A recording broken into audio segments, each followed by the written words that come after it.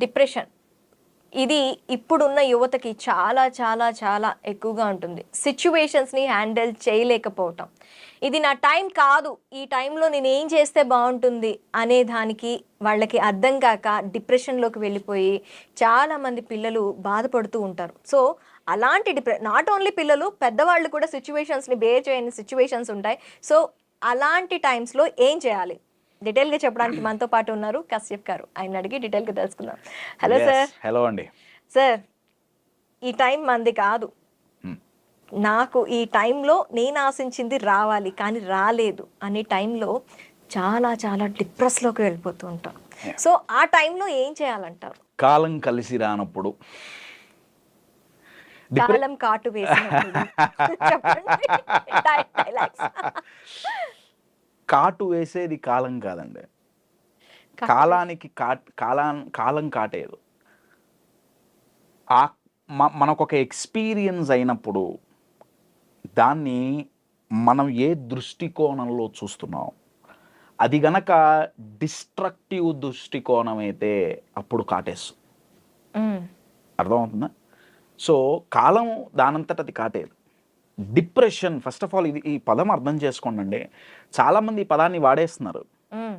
ఏమండి, బోరు కొట్టిన వాళ్ళు కూడా నేను డిప్రెషన్లోకి వెళ్ళిపోయాను, అది డిప్రెషన్ కాదండి, అది డిప్రెషన్ కాదు. మరి డిప్రెషన్ అంటే ఏంటి? డిప్రెషన్ ఉంది అని ఎలా తెలుస్తుంది అంటే బాడీలో కొన్ని హార్మోనల్ లెవెల్స్ మారుతాయి. మేము యూజువల్గా డోస్ అంటుంటాం మేము వీటిని.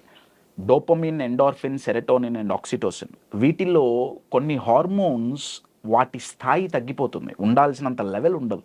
దట్స్ హౌ యూజువల్గా క్లినికల్ డిప్రెషన్ని గుర్తించే విధానం అదే. వన్ ఆఫ్ ద వేస్లో అదొకటి. యూజువల్గా మీరన్నట్టు అనుకున్నది అనుకున్నట్టు జరగలేదు ఏమండి, మరి దీని నుంచి డిప్రెషన్లోకి పోకుండా నిలబడాలి అంటే అలా, అన్షేకబుల్గా ఉండాలి అంటే అలా. నేను మీకు ఒక ఎగ్జాంపుల్ ఇచ్చి చెప్తానండి. ఇది ఒక ప్యాటర్న్ అండి. నేను ఆ ప్యాటర్న్స్ అన్నీ ఒక వీడియోలో నేను చెప్పలేను, రైట్? సో నేను ఆ పేర్లు అవి వాడకుండా ఎగ్జాంపుల్స్ ఇచ్చి నేను బయటకు వెళ్తున్నా. ఇప్పుడు ఆ ప్యాటర్న్ పేర్లు అవన్నీ చెప్పుకుంటూ పోతే చాలా పెద్ద ఇదవుతుంది. నేను ఒక ఎగ్జాంపుల్ ఇస్తా మీకు. ఇప్పుడు సీజన్స్ ఉంటాయి కదా, ఎండాకాలం, వానాకాలం, చలికాలం. మీకు నచ్చని సీజన్ ఏంటి? Every season I love. You love it. I hate ఎండాకాలం అండి. నాకు ఎండాకాలం అంటే నచ్చదు. నాకు ఎండాకాలం అంటే చాలా చికాకు. బికాజ్ ఎండాకాలం అంటే నాకు ఎందుకు ఇష్టం అంటే ఆ సీజన్లో మామిడి పళ్ళు వస్తాయి. మామిడి పళ్ళు వస్తాయి కాబట్టి మీకు ఇష్టం. నాకు మామిడి పళ్ళు అంటే ఇష్టం, కానీ ఎండాకాలంలో ఉండే కొన్ని పరిస్థితులు నాకు నచ్చవు. మీరు బయట కంట్రీస్కి వెళ్తే వాళ్ళకి వింటర్ అంటే నచ్చదు, ఎందుకంటే చాలా గ్లూమీగా ఉంటుంది బయట వింటర్ ఆ దేశాల్లో. నేను ఈ ఎగ్జాంపుల్ ఎందుకు చెప్తున్నా అంటే, మీకు ఒక సీజన్ నచ్చదు సంవత్సరంలో, కానీ ఆ సీజన్ పర్మనెంట్ కాదు. రైట్ నౌ నాకు నచ్చని ఎండాకాలంలో నేనున్నా, నాకు నచ్చని చలికాలంలో నేనున్నా, నేను అనుకున్నట్టు నాకు పరిస్థితులు సహకరించట్లేదు, నాకు ఈ సీజన్ నచ్చట్లా. డిప్రెస్ అవ్వటానికి కారణం ఏంటంటే జీవితాంతం ఇదే సీజన్ ఉంటుంది అనుకోవటం ఫస్ట్ రీజన్ అండి. చాలామంది మిస్ అయ్యేది ఎక్కడంటే, ఒక సమస్య రాగానే అనుకున్నది అనుకున్నట్టు జరగకపోతే అయిపోయింది, ఇంకా లైఫ్ అయిపోయింది. ఆర్ జీవితం అంతా ఇదే ఉంటుంది. పర్మనెంట్ కాదండి ఇది, సీజన్ మారుతుంది. గుర్తుంచుకోవాల్సింది ఏంటంటే, మళ్ళీ ఈ సీజన్ వస్తుంది నెక్స్ట్ ఇయర్. ప్రాబ్లమ్స్ రాకుండా ఉండాలి అన్న ఎక్స్పెక్టేషన్ ఎప్పుడైతే మైండ్లో ఇంచిపోతుందో డిప్రెషన్కి ఛాన్స్ లేదు. ఫస్ట్ అండ్ ఫార్మోస్ట్ మీరు అనుకున్నట్టు ఎందుకు జరగాలండి? ఎందుకు జరగాలి? మీరు అనుకున్నట్టు ఎట్లా జరుగుతాయండి? నేను అనుకున్నట్టే ఎందుకు జరుగుతుంది? మీరు ఏమన్నా పైన చూడిపడ్డారా? నాకు తెలియకడుగుతా. నేను అనుకున్నట్టే జరగాలని, నేను ఈ ప్లాన్ వేసుకుంటే ప్లాన్ ప్రకారమే కషాపు మరి వర్కౌట్ అవ్వదు. కొన్నిసార్లు అవ్వదండి. అయితే వదిలేస్తామా? ఇది ఎట్లుందంటే నాకు కాలం కలిసి రాలా, నేను రోడ్డు మీద వెళ్తున్నా, ఒక చోటికి వెళ్దాం అనుకుంటున్నా, మధ్యలో ఒక ట్రాఫిక్ సిగ్నల్ రెడ్గా వచ్చింది, అబ్బా రెడ్గా వచ్చింది, నేను డిప్రెస్ అయ్యా. గ్రీన్గా మారుతుంది, గుర్తుపెట్టుకోవాలి. అది గ్రీన్గా మారుతుంది. రెడ్ సిగ్నల్ పర్మనెంట్ కాదు, ప్రాబ్లమ్స్ కూడా పర్మనెంట్ కాదు. ఇది బాగా బాగా గుర్తుపెట్టుకోండి. అనుకున్నట్టు జరగవు. ఆ జరగనప్పుడు మీరు దాన్ని అంగీకరించి వచ్చిన సిచ్యువేషన్ని ఎలా అడ్వాంటేజ్ తీసుకోవాలి అనేది గనక మీరు ఆలోచిస్తే అప్పుడు డిప్రెషన్లోకో బాధపడటమో కాదు, మీరు తిరగబడి ఇన్నోవేటివ్గా ఆలోచిస్తారు. నేను యూజువల్గా ఇది ఎక్కడ చెప్పను, ఏదో ఒకటి రెండు ఇంటర్వ్యూస్లో చెప్పను, నేను ఎక్కడ షేర్ చేసుకోవాలా. నేను ఒక ఎగ్జాంపుల్ షేర్ చేస్తాను. అనుకున్నట్టు జరగకపోవటం, కాలం కలిసి రాకపోవటం, ఈ మాటలు ఏదైతే ఉన్నాయో, ఎందుకంటే ఇది జూన్ కదా, జూన్ నా లైఫ్లో నాకు ఎన్నో ఇచ్చింది, ఎన్నో తీసేసింది. జూన్ నెల ఎందుకో ఎక్కువ జూన్లోనే జరుగుతుంటాయి. నా లైఫ్లో highest ups and lowest downs జూన్లోనే యూజువల్గా జరుగుతున్నాయి. ఎందుకనేది నాకు తెలియదు, అది కోయిన్సిడెన్సో ఏమో. 2020 June, covid first lockdown. Kashyap అంటే ఎవరికి తెలియదు ఆ రోజుల్లో, నా యూట్యూబ్ ప్రెజెన్స్ ఏం లేదు. నేను తెలుగు రాష్ట్రాల్లోకి వచ్చి చాలా తక్కువ టైం అయింది అప్పట్లో, నేను బెంగళూరులో ఉండేవాడిని. కోవిడ్ ఫస్ట్ లాక్డౌన్లో జూన్ 19th నా కూతురు పుట్టింది. వీ వర్ సెలబ్రేటింగ్ ఫస్ట్ సంతానం. నేను నా భార్య పేరెంట్స్ అయ్యామన్న ఆనందంలో ఉన్నాం. జూన్ 19 శుక్రవారం పూట కూతురు పుట్టింది, శుక్రవారం సాయంత్రం పూట కూతురు పుట్టింది. జూన్ 21 సాయంత్రం కల్లా చనిపోయింది. Sorry, 48 hours. Sorry, very sorry. అనుకున్నట్టు జరగలేదు. జీవితం వదిలేసుకోవాలా? వదిలేసుకుంటామా? మార్చగలమా దాన్ని? చాలామంది డిప్రెషన్లోకి పోవటానికి కారణం ఏంటంటే, పాస్ట్లో ఇది జరిగింది. మీరు ఎంత ఆలోచించినా మీ పాస్ట్ మారదు. నేను ఎంత ఏడ్చినా, నేను, నా భార్య, నా ఫ్యామిలీ ఎన్ని సంవత్సరాలు ఏడ్చినా, ఈస్ట్ మారేడుపల్లి శ్మశానంలో పూడ్చిపెట్టిన నా కూతురు బయటికి రాదు. ఇది నేను అంగీకరిస్తే నేను డిప్రెషన్లోకి పోను. అర్థమవుతుందా అండి? నేను ఇప్పుడు చాలా నవ్వుతూ చాలా నార్మల్గా మాట్లాడుతున్నానండి, ఇది సరదా కాదు. నా కూతురు చనిపోతే ఆ రోజు నా పరిస్థితి ఏంటంటే, ప్రాబబ్లీ లైఫ్లో మొట్టమొదటిసారి గూగుల్ మ్యాప్స్లో శ్మశానాన్ని ఎత్తుకున్నాను నేను. శ్మశానాన్ని ఎత్తుకొని శ్మశానం దగ్గరికి వెళ్ళి, నేను శ్మశానంలోకి పోకూడదు కాబట్టి ఇంకొక వ్యక్తిని లోపలికి పంపించి, చీకటి పడిపోతుంది, అంత్యక్రియలు ఆ ఫైనల్ రిచువల్స్ ఏవైతే ఉన్నాయో అవి అయిపోగొట్టేయాలి త్వరగా, చీకటి పడేలోపు. నార్మల్గా బర్రీ చేయటమే, కాల్చడం కూడా ఏమి ఉండదు, దహన సంస్కారాలు ఏమి ఉండవు, 2 రోజులే కదా పిల్ల, త్వరగా అయిపోవాలి. ఎంత అవుతుంది? ఆ రోజు ఆ వ్యక్తి నాకు చెప్పిన నంబర్ 8,500,000, కరెక్ట్గా 4 ఏళ్ల క్రితం. ఆ రోజు నా జేబులో 8,500,000 లేవండి. నా ఒక అపాయింట్మెంట్ కొన్ని లక్షలండి. నేను ఇది గొప్పగా చెప్పుకోవట్లేదు, చెప్పుకోవటానికి కారణం ఏంటంటే, అంత కెపాబిలిటీ, అంత కెపాసిటీ నాకున్న ఆ రోజుల్లో నేను డబ్బులు సంపాదించలా. ఎందుకంటే నేనున్నాను ఒకటికి తెలీదు. కాశ్యప్ దగ్గర ఈ మ్యాటర్ ఉంది, ఈ స్టఫ్ ఉంది, కాశ్యప్ దగ్గర ఈ ప్రొడక్ట్ ఉంది అనేది ఎవరికి తెలియదు. తెలియనప్పుడు నాకు బిజినెస్ ఎట్లా వస్తుంది? రాదు. ఎవరికైనా నేను సేల్స్ అండ్ మార్కెటింగ్ చేయడానికి వెళ్ళినప్పుడల్లా, రిజెక్షన్స్ అయినప్పుడల్లా నేను చెప్పింది ఇదే, కాలం కలిసి రావట్లా. ఆ రోజు నా కూతురు చనిపోయినప్పుడు లోపల మా నాన్నగారు, మా మామయ్య గారు వెళ్ళి ఆ కార్యక్రమాలన్నీ చూస్తున్నారు. నేను బయట రోడ్డుకు ఆపోజిట్లో నా బండి మీద కూర్చొని నేను ఏడుస్తుంటే లోపల నుంచి ఒక క్వశ్చన్ వచ్చింది. అరే కశ్యప్, కూతురు పోయిందని ఏడుస్తున్నావు కదా, బతికుంటే ఏం పెట్టి పోషించేవాడివి? డబ్బులు ఎవరు నీ దగ్గర?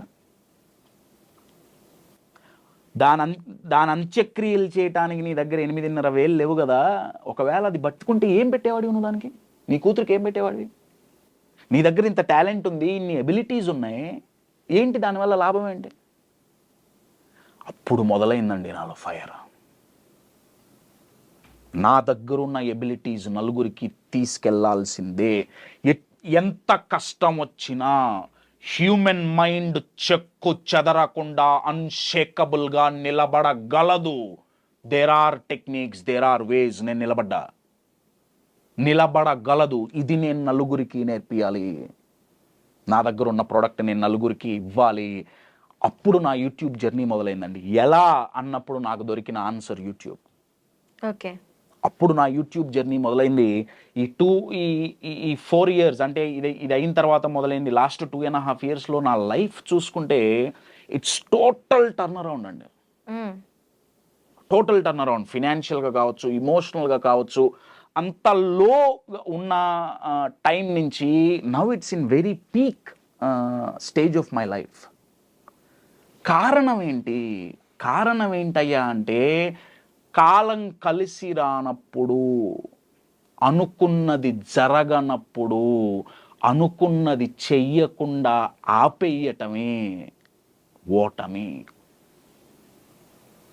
అనుకున్నది చెయ్యాలనుకున్నప్పుడు, అనుకున్నట్లు లైఫ్ సపోర్ట్ చేయకపోతే మీరు వదిలేశారా. అందుకే నేను నా ప్రోగ్రామ్స్లో నేను ఎప్పుడు ఎగ్జాంపుల్, నా కూతురుది ఎగ్జాంపుల్ చెప్పి నేను ఒక మాట అంటుంటా. నేను అనే మాట ఏంటయ్యా అంటే, నా కూతురు చనిపోవటం మా లైఫ్లో వర్స్ట్ డే కాదు. That is the best day of our life. Because మా జీవితాన్ని మార్చేసింది అదే. You're getting my point? చాలామంది నెగిటివ్ లెసన్స్ నేర్చుకుంటారు. నెగిటివ్ లెసన్స్ నేర్చుకొని ఏం చేస్తారంటే, నన్ను వాళ్ళు మోసం చేశారు అంతే, నేనంటే ఎవరికి ఇష్టం లేదు, నన్ను ఆ దేవుడు కూడా పట్టించుకోవట్లేదు, వగేరా వగేరా వగేరా వగేరా. పెద్ద బాహుబలి 1, 2, 3 సినిమాలు తీస్తారు మైండ్లో. అంటే సూపర్ హిట్ మూవీ కదా. మైండ్లో ఏదేదో చూస్తుంటారు వాళ్ళు. ఏదో నెగిటివ్ సినిమా అయిపోయింది, జీవితం అయిపోలా. మనం అయిపోయింది అనుకుంటున్నాం. ప్రాబ్లమ్స్ పర్మనెంట్ కాదు. ఏ సీజన్ పర్మనెంట్ కాదు. ప్రపంచంలోనే లాంగెస్ట్ ట్రాఫిక్ జామ్ చైనాలో ఎన్ని రోజుల్లో జరిగింది? 48 గంటలో 47 గంటలో ట్రాఫిక్ జామ్ అయింది, కానీ క్లియర్ అయింది. లైఫ్లో కూడా ఎంత ట్రాఫిక్ జామ్ అయినా క్లియర్ అవుతుంది, పర్మనెంట్ కాదు. రోడ్డు మీద రెడ్ సిగ్నల్ పర్మనెంట్ కాదు, ప్రాబ్లమ్స్ పర్మనెంట్ కావు. ఏదో మీకు నచ్చని ఒక సీజనే జీవితం అంతా ఉంటుంది, ఉండదు, పర్మనెంట్ కాదు. ఈ థాట్ ప్యాటర్న్ని మనం ఎప్పుడైతే బ్రేక్ చేస్తామో, డిప్రెషన్ కాదు కదా, అసలు ఆ దరిదాపుల్లో కూడా మైండ్ పోదు. అర్థమవుతుందా అండి? ఇది మన లైఫ్లో మనకి జరిగిన ఇన్సిడెంట్స్ని మనం ఎలా నిర్వచిస్తున్నాం. ఇప్పుడు మీరు ఒక కప్బోర్డ్లో చాలా ఇంపార్టెంట్ డాక్యుమెంట్స్ పెట్టి దానికి మీరు లేబుల్స్ పెట్టారు ఏమండి, ఒక్కొక్క దానికి ఒక్కొక్క లేబుల్.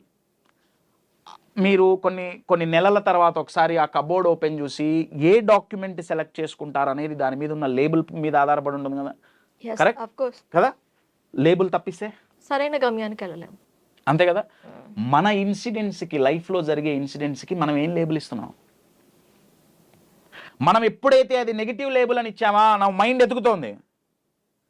చాలామంది ఉంటారు, కశ్యప్ ఎంత ఆలోచించినా సంతోషంగా ఉండటానికి రీజన్ దొరకట్లా, నా సంతోషంగా ఉండాలని మైండ్ స్కాన్ చేస్తోంది. అన్నీ నెగిటివ్ లేబుల్స్ ఏమండి. ప్రతి ఇన్సిడెంట్కి నెగిటివ్ లేబుల్ స్టాంప్ వేసాం. నేనేమంటున్నా, అతి కష్టమైన కష్టాన్ని నేను పాజిటివ్గా నేను లేబుల్ చేస్తా అంటున్నా. కూతురు చనిపోవటం పాజిటివ్ ఎలా అయిందండి? You take that positive. ఆ సిచ్యువేషన్ లో తను ఉంటే తనని ఎలా బ్రతికించుకోగలను అనే థాట్ మిమ్మల్ని పాజిటివ్ వైపు నడిపింది. ఆ రోజు నేను డిసైడ్ అయ్యండి, నా కారణంగా నేనైనా, నా ఫ్యామిలీ అయినా ఫినాన్షియల్గా సఫర్ అవ్వకూడదు. అప్పటి వరకు సేవ అనే దాంట్లో నేను ఎక్కువ ఫ్రీగా ఇచ్చేసా అన్ని. నా దగ్గరున్న కంటెంట్ నేను అన్ని ఫ్రీ క్లాసులు, ఫ్రీ ఫ్రీ ఫ్రీ వర్కౌట్ అవ్వదండి. వర్కౌట్ అవ్వదు, డబ్బులు కావాలి. ఏది ఫ్రీగా పంచిపెట్టుకో. ఎస్, డబ్బులు కావాల్సిందే. సో అది చాలా ఫైర్. ఇంకొక ఫైర్ ఏం చేసిందంటే, అది ఆ ఇన్సిడెంట్ మా జీవితం మారింది అని నేను ఎందుకంటున్నా అంటే, ఒక ఫినాన్షియల్గానే కాదు. మేము ఒక వారం 10 రోజుల తర్వాత నేను నా భార్య కూర్చొని ఆలోచించినప్పుడు, నేను నా భార్య చాలా స్ట్రాంగ్గా నిలబడ్డాం. ఆ టైంలో ఏదైనా సరే నించోవాల్సిందే. మేమిద్దరం స్ట్రాంగ్గా నిలబడబట్టి మా 2 ఫ్యామిలీలు స్ట్రాంగ్గా నిలబడ్డాయి. ఇటు నా వైపు అయినా, మా అమ్మ నాన్న అయినా, అటువైపు మా అత్తయ్య గారు మామయ్య గారు అయినా, వాళ్ళ మైండ్లో నడిచింది ఏంటంటే పిల్లలు వీళ్ళే గట్టిగా ఉన్నారు, మనం ఎందుకు పడిపోవాలి. నాకు ఆ రోజు అనిపించింది ఏంటంటే ఒక ఇంట్లో ఒక వ్యక్తి మానసికంగా దృఢంగా ఉంటే హోల్ ఫ్యామిలీ కాపాడబడుతుంది. నేను స్టేజ్ మీదకి ఎందుకు వెళ్ళాలి, నా ఆడియన్స్ని ఒక్కొక్కళ్ళ ఇంట్లో ఒక్క వ్యక్తిని మానసికంగా దృఢంగా చేయగలిగామా, దేశం ఎటెళ్ళాలండి, ఎటెళ్తుంది దేశం. మన దేశం పడిపోవటానికి పడిపోవాలన్నా ఎదగాలన్నా కారణాలు రెండు. ఒకటి ఎకానమీ, రెండొక ఏంటయ్యా అంటే ఇమోషనల్ హెల్త్ అండి. ఇది చాలామందికి తెలియదు. ఇమోషనల్ హెల్త్, మానసికంగా దేశం కుంగిపోతుందండి. మానసికంగా గట్టిగా ఎక్కడున్నా, అవతల దేశం బాంబులేస్తే తట్టుకొని తిరిగి మనం బాంబులేయగలుగుతున్నాం. అనుసంపద చాలా ఉంది, బ్రహ్మాండం వెరీ గుడ్, ఉండాలి, నేను కాదనట్లా. కానీ మన పక్క వాళ్ళు మనల్ని 2 మాటలంటే డిమోటివేట్ చేయడానికి ప్రయత్నిస్తే మనం డిమోటివేట్ అయిపోతే, బయట నుంచి వ్యాధులు వస్తే తట్టుకోవడానికి బాడీలో ఇమ్యూనిటీ పెంచుకున్నామే, బయట సమస్యలు వస్తే తట్టుకొని నించోవడానికి ఇమోషనల్ ఇమ్యూనిటీ ఉందా, తట్టుకొని నిలబడగలుగుతున్నావా. 2 ఫెయిల్యూర్స్ అయితే చచ్చిపోవటం ఏంటండి, ఇద్దరు 2 మాటలు అన్నారని బాధపడటం ఏంటండి, నాకు తెలియగలుగుతా. అంటే అది తట్టుకునే శక్తి మన మైండ్కి లేదా, మైండ్కుంది, మనం ఇది ఇవ్వట్లా. నేను అందుకే అంటాను, సమస్యలు ఇమోషనల్ వ్యాక్సిన్స్ అండి. మనకు రోగం వచ్చింది, అన్నీ మూసుకొని కూర్చునే రోగం 3 ఏళ్ల క్రితం వ్యాక్సిన్ వేయించుకున్నాం కదా. వ్యాక్సిన్ వేయించుకుంటే ఏమైంది, లోపల ఇమ్యూనిటీ పెరిగింది, బయట వైరస్ చచ్చిపోయిందా, చచ్చిపోలా, వైరస్ ఇప్పటికీ ఉంది. ఇండియాలో పోలియో లేదు, పోలియో వైరస్ లేదా, పోలియోకి మనకి ఇమ్యూనిటీ వచ్చిందా, పోలియోకి మనకి ఇమ్యూనిటీ వచ్చింది. మన ఇమ్యూనిటీని ఫిజియలాజికల్గా అయితే ఒక వ్యాక్సిన్ మనకి ఇమ్యూనిటీ పెంచుతుంది. సైకలాజికల్గా ఇమ్యూనిటీ పెరగాలంటే, ఆ అన్షేకబుల్గా నించోవాలి అంటే ఆ వ్యాక్సిన్ పేరే ప్రాబ్లమ్స్ అండి. అవి మనల్ని ఇమ్యూన్గా చేయగలవండి, చాలా గట్టిగా చేయగలవు. కానీ ఆ ప్రాబ్లంకి మన మైండ్లో మనం ఏం లేబుల్ పెట్టాం, నెగటివ్. వద్దు ప్రాబ్లమ్సే వద్దు. ఇంకెదగమంటే ఎదగలేము. ఎట్లా ఎదుగుతాం. ఇప్పుడు నేను వచ్చి కోచింగ్ ఇవ్వాలనుకోండి, నేను ఎంతో కొంత ఛార్జ్ చేస్తా కదా.